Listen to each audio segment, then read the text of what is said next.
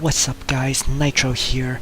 So today I just wanted to show a deck that I've been using for the light side, which has been really good in countering the ATST meta, which has been very common amongst dark side players ever since the patch, which buffed epic cards a lot.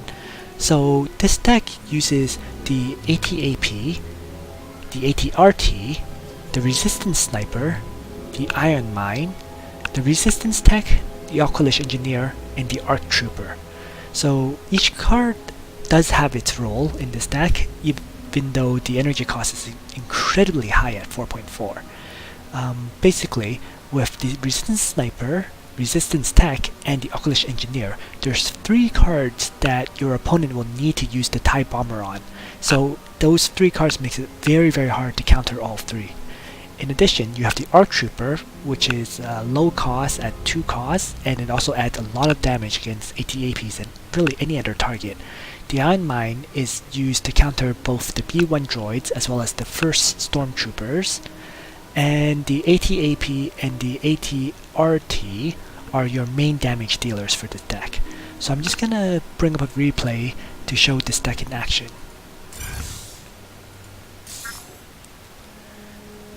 And I think this would be a good replay since my opponent has a level 9 ATST. His leader is only level 3 unfortunately, so it's not the greatest of replays, but it makes a very good example of how to use this deck.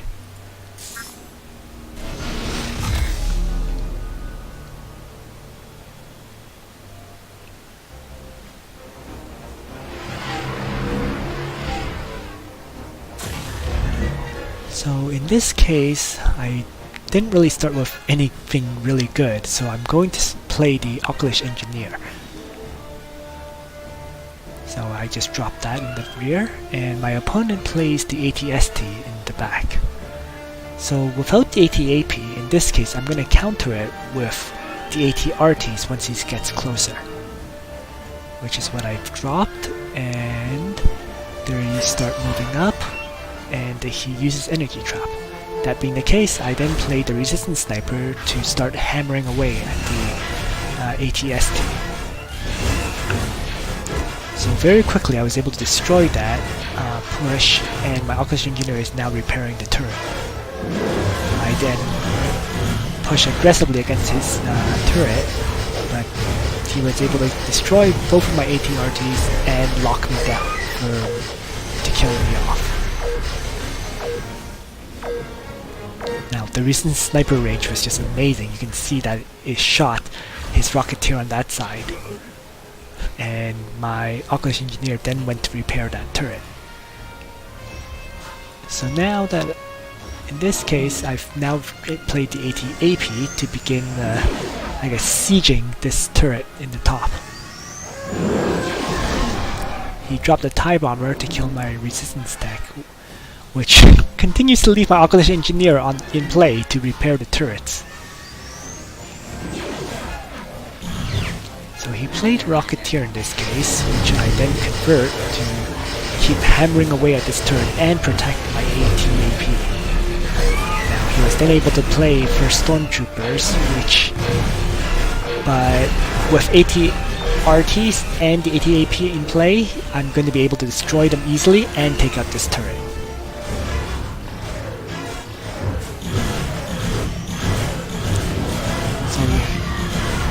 Now the turret goes down as expected, and the ATAP continues to be in play, and he's getting repaired as well. Now I did make a mistake here. I should not have played a second ATAP here. I should have played ATRTs in front, which would have absolutely destroyed this turret. But nonetheless, having 2 ATAPs is quite amusing to see. Dropped the first Stormtroopers to hammer away at those ATAPs, and he was able to kill it before I was able to destroy his turret. So that definitely wasn't a mistake. It should have been ATRTs to push there. Nonetheless, with only 10 seconds left, there's no way he's going to be able to take down my turret in time. So at this point, it's just playing defense. And the match is over.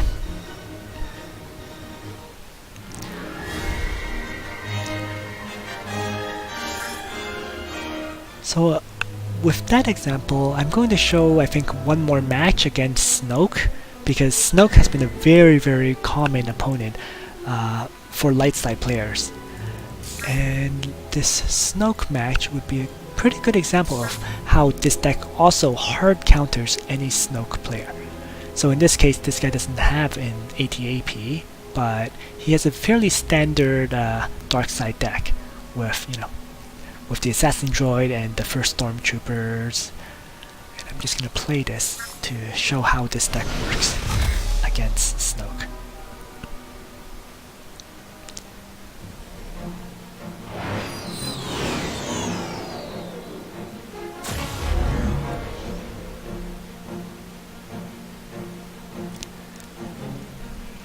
So again, he starts off with an Assassin Droid, which means I need to counter that push. And I begin with Oculus Engineer to just put it in play and hope that he might use TIE Bomber on it. And at the same time, I play an Iron Mine along with an Azimuth Spotter to destroy his push. Now I use an Azimuth Spotter in this deck, but it could have just as easily been an ARC Trooper, and it would have had the same effect. So that push was quickly crushed, and now I have my AT-AP and AT-RT in hand. So I begin with the AT-AP to do a slow push, which then leaves me free to put down the AT-RTs either in the same lane or the opposite lane, as the case depending on the situation. So he plays first Stormtroopers with the Assassin Droid, and I actually did not have enough energy to counter that, so he was able to kill my AT-AP in this case. But this sets me up nicely to convert those first Stormtroopers into a counter push by dropping AT-RTs. So with the AT-RTs and first Stormtroopers, I was able to quickly stop his defensive first Flamers and destroy the turret. Now I keep trying to push further by grabbing the health back, but he was able to kill me before I was able to do so. So that push is over.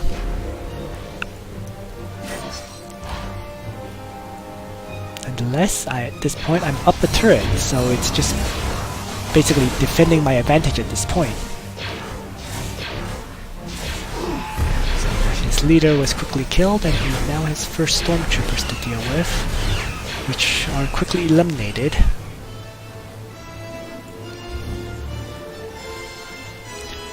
Again, at this point I'm just trying to defend this turret, so he played first Flamers, which I just converted to protect my AT-AP.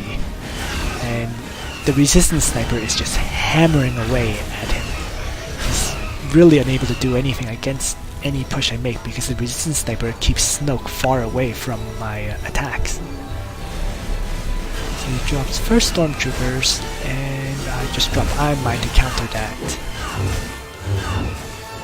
At this point, there's only 20 seconds left, so there's nothing he can do to win. Again, he plays first Flamers, but I'm just playing defense at this point, so I don't really care that he killed that AT-AP.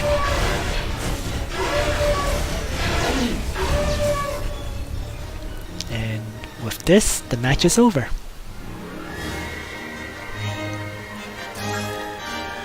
So these two replays showed basically really how this deck really counters the most common Darkside players at this time, which is Snoke and the AT-ST decks. I hope everyone enjoyed watching this video.